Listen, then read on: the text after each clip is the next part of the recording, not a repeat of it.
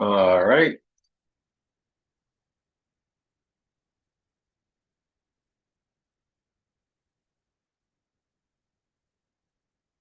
we are live. Jason is here.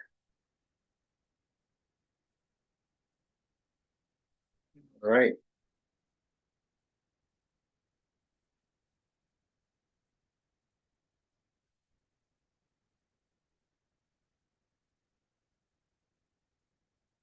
So let's get started. Namo tassa bhagavato arahato samma sambuddhassa. Namo tassa bhagavato arahato samma sambuddhassa. Namo tassa bhagavato arahato samma sambuddhassa. Okay, friends, we continue through the 10 perceptions. And the talk today is going to be all the ones related to the body. So we're going deep in on what this body is and what the experience of this body and what can be expected of having a body. So there's two here. The first is the perception of impurity, and the second is the perception of danger. And I want to cover the perception of danger first. The perception of danger is essentially the perception of impermanence related to the body. You'll see when I read it. And what Ananda is the perception of danger? Herein Ananda, a bhikkhu who has gone to the forest or to the foot of a tree or to an empty abode considers thus. This body is full of suffering. It has many dangers. Thus in this body various afflictions arise. Illness of the eye, illness of hearing, illness of the nose, illness of the tongue, illness of the body, illness of the head, illness of the ear, illness of the mouth, infirmity of the teeth, coughing, asthma, excess mucus, heat, fever, illness of the abdomen, fainting, dysentery, acute pain, cholera, leprosy, abscesses, skin disease, consumption, epilepsy, skin eruption, itch, scabs, nail scratch, scabies, affliction through blood and bile, diabetes, paralysis, cancer, ulcers, afflictions arising from bile, afflictions arising from phlegm, afflictions arising from wind, afflictions arising from the union of the humors of the body, afflictions arising from the change of seasons, afflictions arising from abuse of the body, afflictions arising from self-mutilation, afflictions arising from the result of karma, cold, heat, hunger, thirst, diarrhea, and urinary affliction. Thus he dwells, reflecting on the dangers of the body. This Ananda is said to be the perception of danger. Now, this word, danger, can also be translated as drawbacks. And in this context, drawbacks is probably the word that makes the most sense to the average person. Danger also makes quite perfect sense as well. But for the average person who's new to this, they might be like, what do you mean danger? Like, this is just normally what happens in the body. You get sick, etc.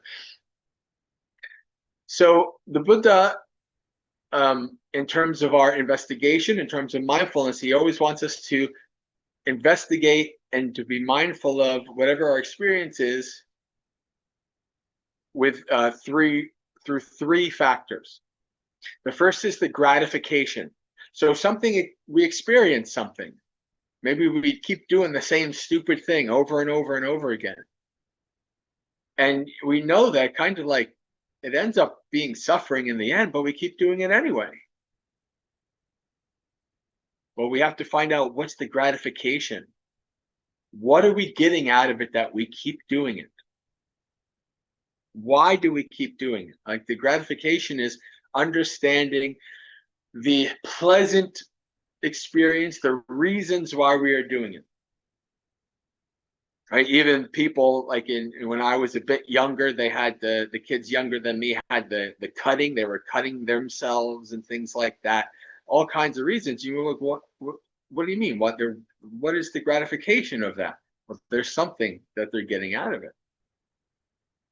Right? It has maybe to do with trauma and all these kinds of psychological things. And so it's the same thing when we investigate why we keep doing the same stupid things over and over and over again. Well, there's a reason. What's the gratification? What are we getting out of doing this? And the opposite end of that is, what is the drawback? What is the danger?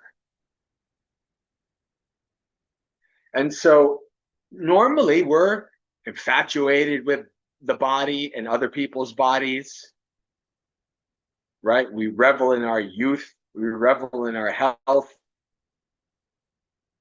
Right? We revel in all of these things. That's the gratification of the body.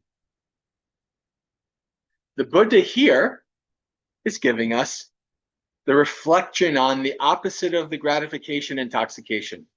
The Buddha is having us reflect on the fact that all of this is part of having a body as well.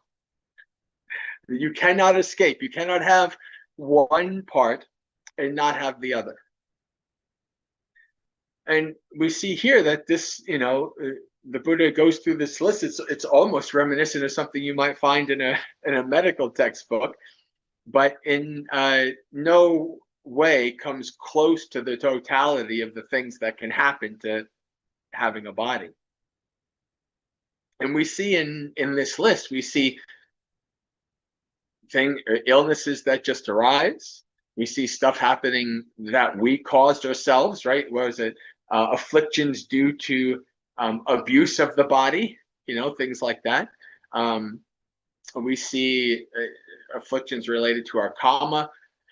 There's all kinds of possible things that can happen to this body. The Buddha has us reflect on 5 things regularly. I've done retreats on these 5 things. The first is that we are subject to old age and decay. We're not exempt from that. Right? We can see here things arising, even due to the body aging. Right? We have things that we reflect on the fact that this body is of the nature to be diseased and to have illness. We're not exempt from that. And even though kind of intellectually we know that, boy, does it come as a surprise, doesn't it? When we get sick, maybe we have plans and, what do you mean? I got to do this, I got to do that. No, I have this sickness and blah, blah, blah. We kind of act in this shocked way that the body's going to have some kind of affliction, some kind of illness. And I say this, and I know to some people it might sound insensitive, but it was really interesting as somebody who's a student of history and a Buddhist practitioner and things like that. Watching how people reacted in the beginning of COVID was really interesting, because you got to see so many people have this kind of rude awakening of, there can be pandemics, people can die. I'm like, if you know history, like every couple hundred years, people are dying somewhere. This is just kind of the nature of things. But we don't want to think about these things. We kind of have an over-reliance or a kind of misplaced faith in our modern world, modern science, modern this, modern that, we won't have to deal with those things. That was stuff that happened back then. but now we're in a different place. Now, the Buddhist teaching does not stop just because we're more modern, because we have antibiotics and things like that. Yes, that helps, but that does not, there's nothing that negates the fact that this body can get sick in all kinds of ways. Not only that, there are ways that your body can get sick now that when I was a kid basically didn't exist. Right? So just because we think we're making progress doesn't mean that we're going to escape the fact that all kinds of things can happen to this body. So when we are developing this perception, what are we developing? We're developing, reflecting on the fact that anytime something can happen to this body. Some of you here attend my regular streams, like my morning monastery experience or my evening streams. And what do I always say at the end of those? If I'm alive, I'll see you next week. And of course, like that, it sounds like, tongue in cheek or sounds cute, but I mean, I say it because it is a literal reflection.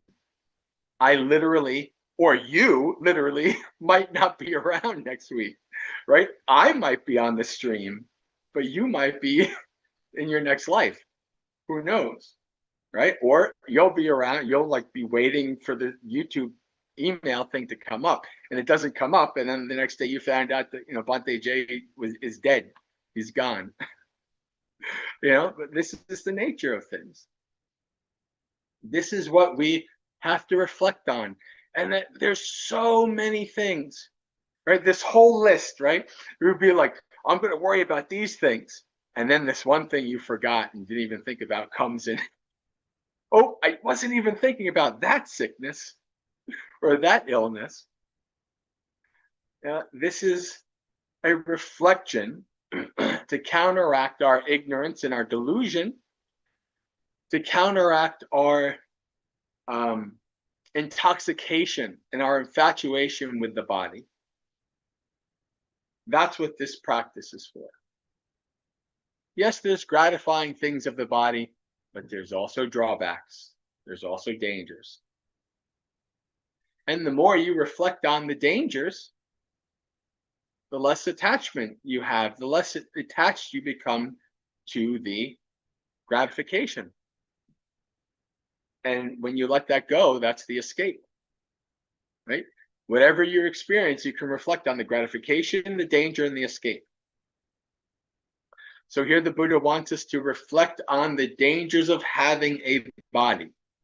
As long as you are born again, you will get sick, you will grow old, and you will die. And all kinds of things can happen to you. This is just, illnesses. This isn't even like, raiders come and kill everybody in your village and your head gets lopped off. It's like all kinds of things that can happen. This is the nature of the body and having a body. So that's what this perception is. It's aligning our mind, aligning our day-to-day understanding of I can get sick at any time.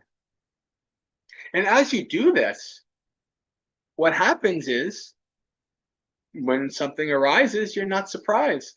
Like, yeah, well, of course. How many years have I been saying I can have any kind of sickness at any time? Right? And that actually can be beneficial in many ways. First of which, obviously, just you're going to suffer less because you have an illness. There's going to be a lot of mental issues that are not going to be there because you are basically have prepared yourself that you're going to get an illness. And secondly, because of that, because you don't have to go through that whole process, you can have more clarity in figuring out what to do with the doctors, with the hospital, with what, the next steps, et cetera, et cetera, et cetera, et cetera. So it's very good, very important reflection to have that reminder that any kind of illness, any kind of disease, any kind of injury can happen. so that we keep it close. And so the next perception is the perception of impurity. This also is related to our intoxication with our bodies and the bodies of others. This also is a kind of bringing us back to the middle. Instead of being intoxicated with the body, we're bringing our perception towards a more equanimous perception of the body, i.e., understanding the body what it is. Some people translate this. I don't know if this is Bhante Gunaratana's translation. I don't remember specifically, but some people translate it as like repulsiveness. And while technically, if you look up the definition of repulsive, like it's to push away. It makes sense, but the average person, when they think of repulsive, they think of like some Halloween horror, thing, or like, some body parts. That's what they think of when they think of repulsive, like a disgusting kind of a thing. And we actually don't want to go that far. You think about it as like a graph. On one end is intoxication and infatuation with bodies. On the other end is complete disgust and hatred.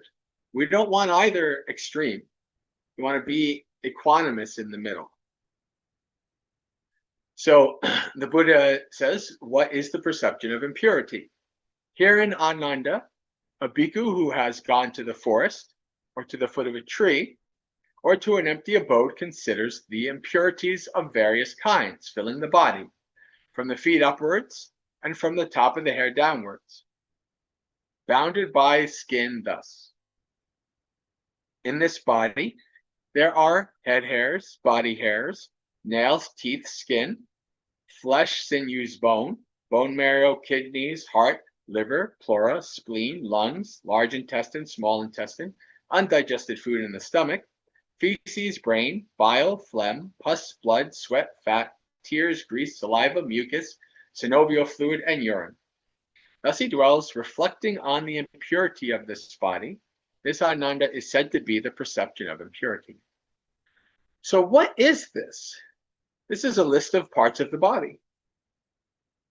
You are, you have like all, so like in the suttas, you have like when they talk about like really good looking women or men, like the men are like all like oiled up and like y'all have all, their hair is this in such way, and the women are all like perfumed and like, and like there's very famous female monastics, bhikkhunis. They talk about how when they were young, they were so infatuated with makeup and beauty and this and that. And they're obviously awakened bhikkhunis at that point, but they're kind of reflecting on how they said now my body, this body is old and such, but I have attained the end of conditions, right? So it's like what you're seeing is that this is our kind of normal thing, that we are infatuated with bodies, right? And we have all kinds of drives related to that. We have sex drives and all this kind of stuff that are pushing our minds into these kind of focuses. And when we reflect on what is this actual body, this is, I remember from a young age, I was fascinated by like when I started to learn, like, there's like hundreds of bones, and it's like really thousands of parts moving around in this thing. On the outside, it just looks like skin, right? And you're talking to somebody, but inside this body, there's so many things going on. And you take the skin off, and it's not so pleasant. Right? You have a nice oiled skin, and you put a little bit of the Dove, moisturizers and all these kind of things. You take the skin off, it's mucus and blood and bones and muscle and sinew and fat and all of these things. This is not supposed to make you disgusted or fearful.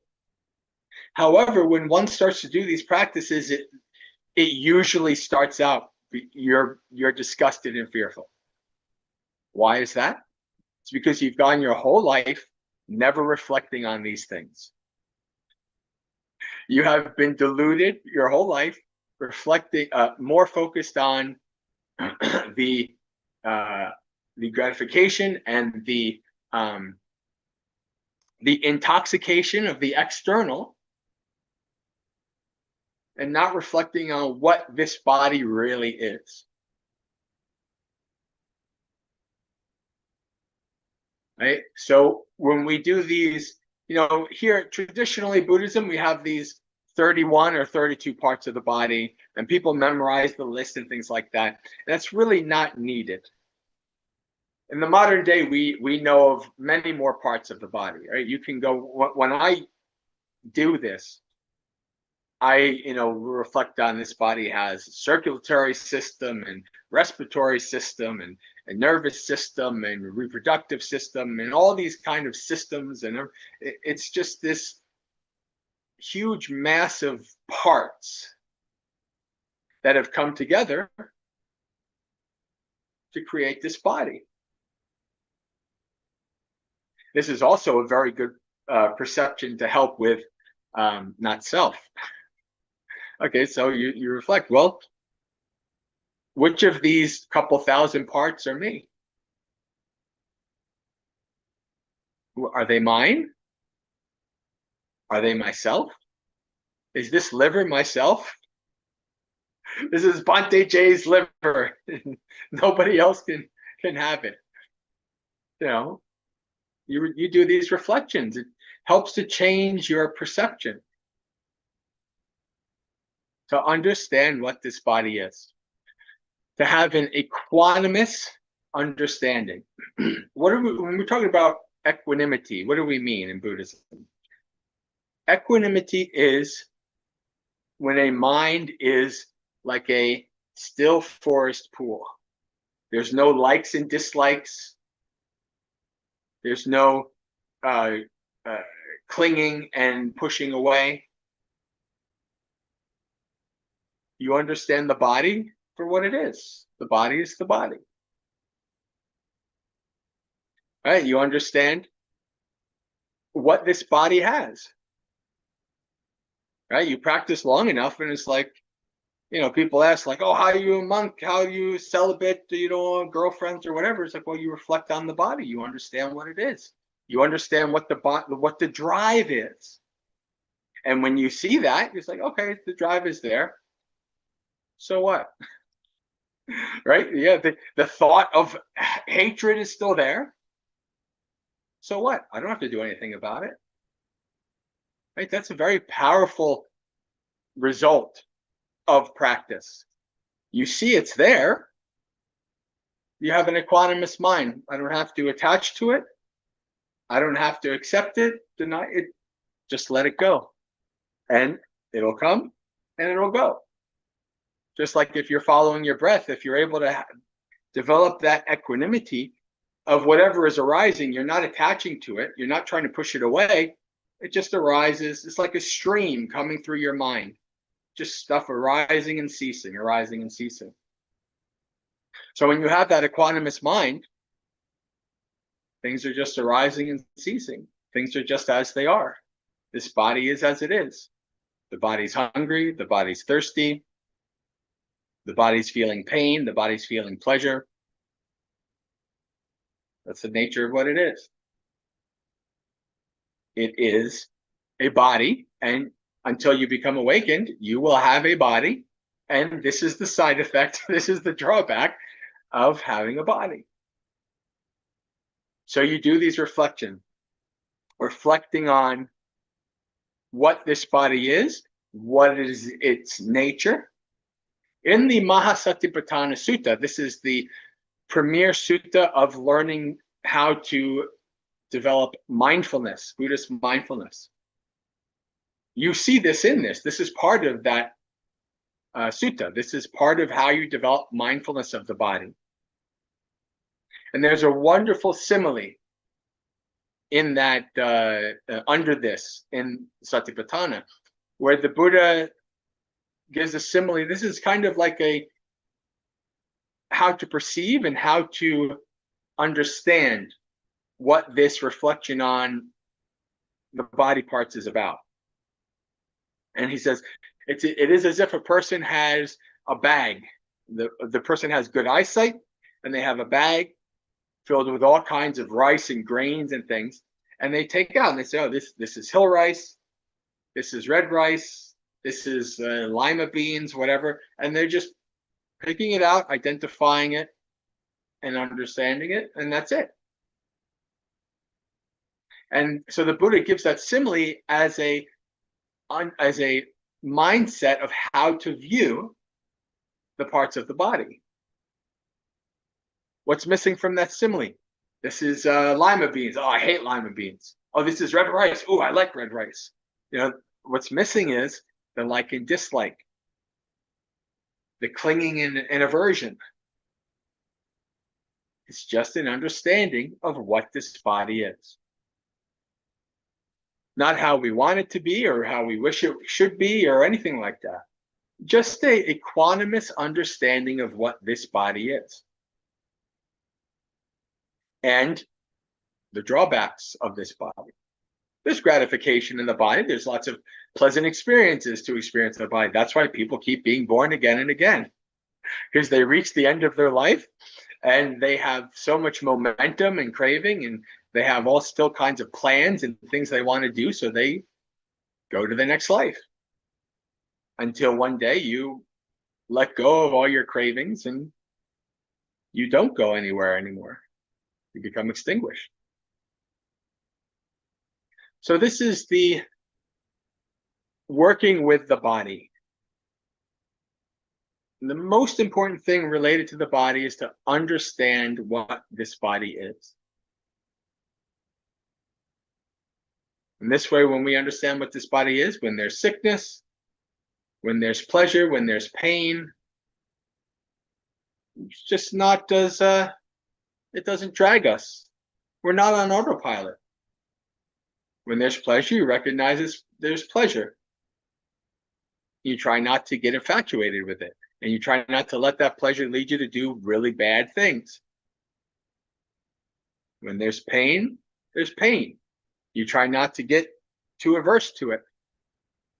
And you try not to let the aversion of that pain lead you to do really bad things. Right? You understand this is the body. The body's sick. It's sick. Let me try to do what I can do to help alleviate the pain. I mean, the literal beginning of this sutta is what? Venerable Girimandana is sick and grievously ill. And the Buddha says, go to Venerable Girimandana and explain to him the 10 perceptions, and he might become healed from it. At the end of the retreat, we'll see what happens at the end of the sutta. But perception is a very powerful thing. And so it behooves us, if our goal is to act skillfully, if our goal is to lessen our suffering, if our goal is to act in skillful, beneficial ways for ourselves and others, then it behooves us to align our perceptions to that goal. And when we have that understanding, that perception of the body is what the body is, no more, no less, as opposed to our likes and our dislikes and being wrapped up in pleasure and pain and things like that, then we don't suffer. Even the Buddha and awakened beings, they still have, the body still gets sick. The Buddha had, he was in his, late 70s, 80s. He had back pains and he had to rest the body because the body was, old and frail and things like that. But he didn't suffer because of it. He just understood what the body was. He had no craving, no ignorance, no delusion. And so he took care of the body, just like one would take care of a car, right? If you want your car to last a long time, you try to take care of it. And so you take care of the body. and you do your best to minimize um, the possibility of major illness. And but doesn't mean you'll never be ill. Doesn't mean you'll never have sickness. You could focus your whole life trying to make sure you don't get one thing, and lo and behold, something else gets you. That's the way it goes. So, all right. I think that is good for this talk. Why don't we do our guided meditation? And so we will be doing these kind of reflections during the guided meditation. And if you've never done these before, if things get a little too much, if you become a little overwhelmed, it's perfectly fine to just take a break. Just stop. If you need to get up, you can get up. We're not trying to overwhelm you too much in one spot here. But the more you do these practices, you reflect on these things. There's even a reflection on not only the danger of illnesses we can have, but what will be the ultimate fate of this body after it dies and things like that. These kind of reflections. So these can be very strong reflections, or just have some metta for yourself. And if it gets too much, it's okay. Back off. You don't have to kind of force yourself too far. So, all right. Set your body up in comfortable and stable position.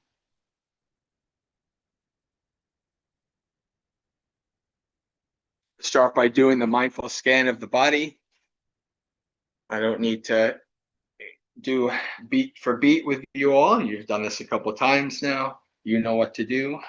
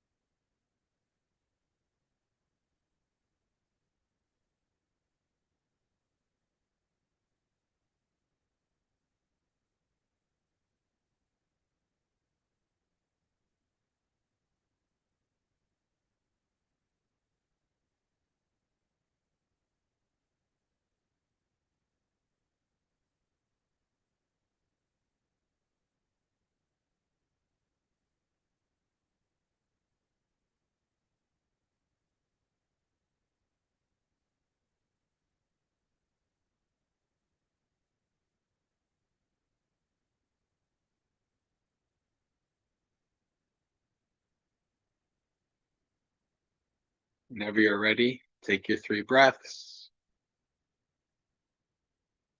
Start following your breath. Lay down the burdens.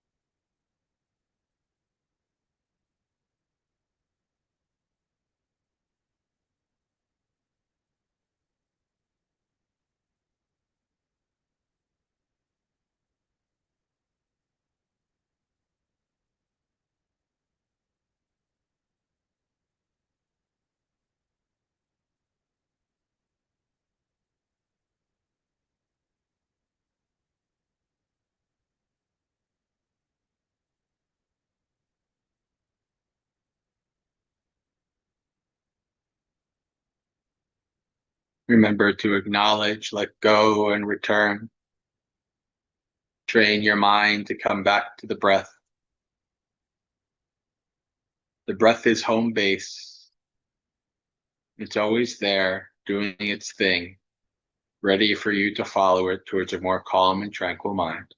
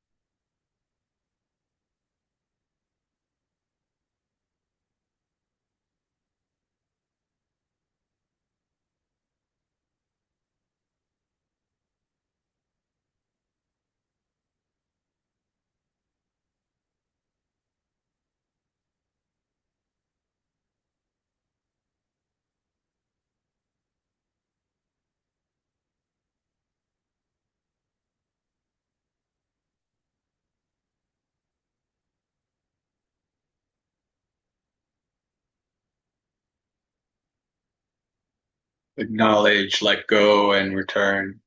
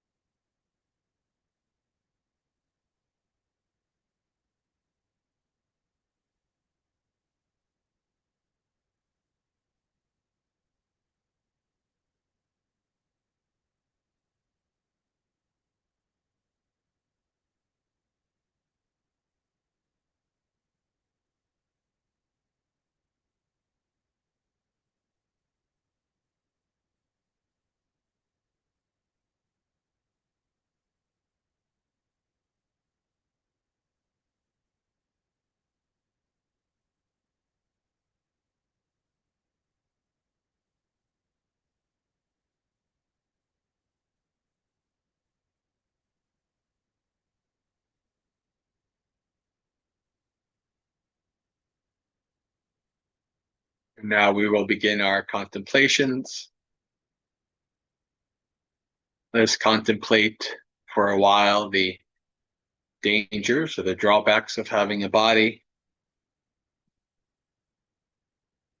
Reflect on any illness and injuries you may have had in your past, going back to childhood. Any illness, injuries, afflictions that you have now.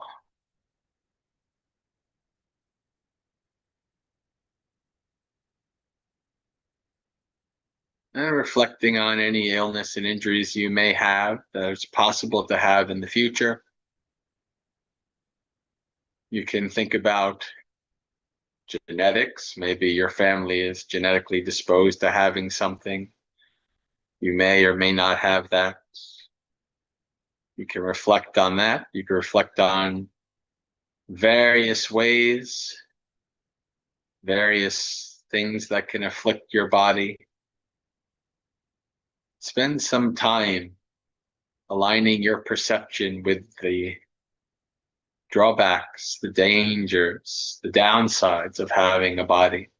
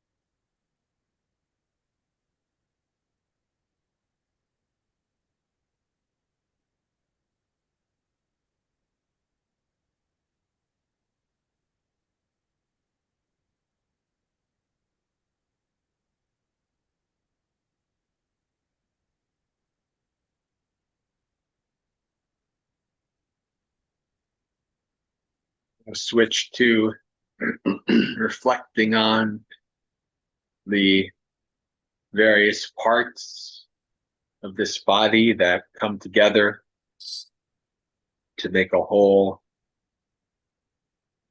biological machine. You can use whatever words and whatever visuals you like. Again, you don't have to memorize a certain list or reflect on these parts in a certain way. Just spend the final part of the meditation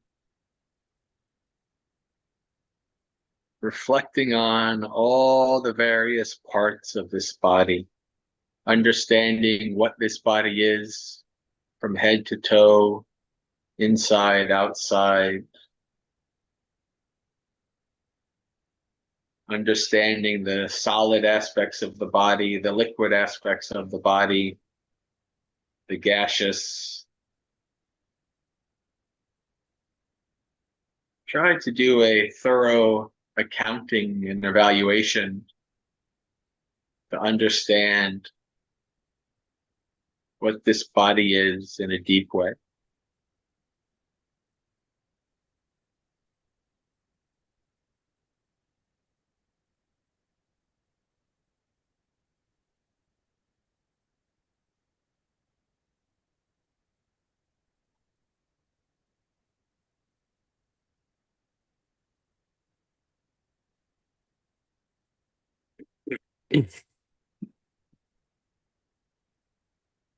As you're doing this, if disgust arises or fear or anything like that, you can take that as an object of meditation, investigate that, question that, reflect on why that's arising.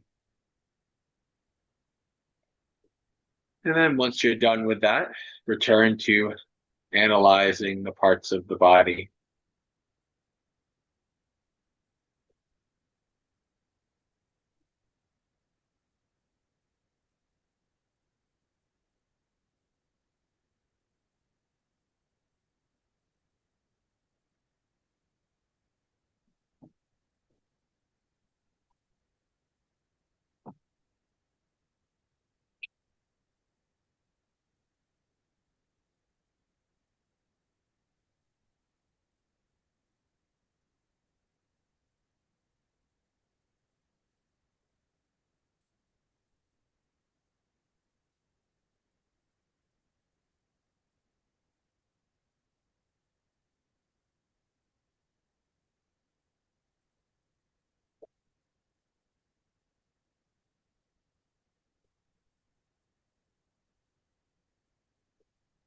You can even reflect on what the various parts of the body do. What's the purpose of the skeleton and bones?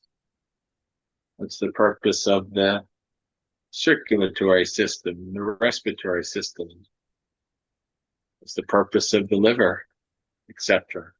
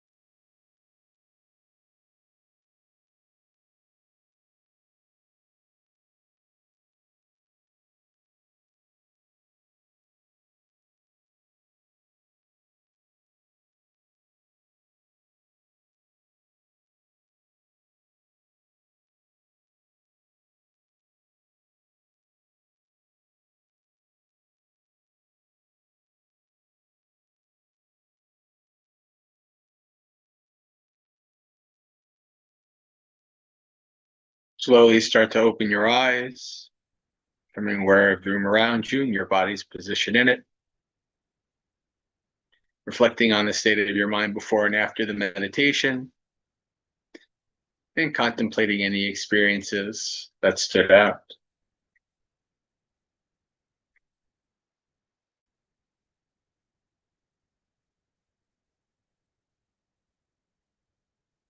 All right, friends. So we are now on a break until about 5 o'clock.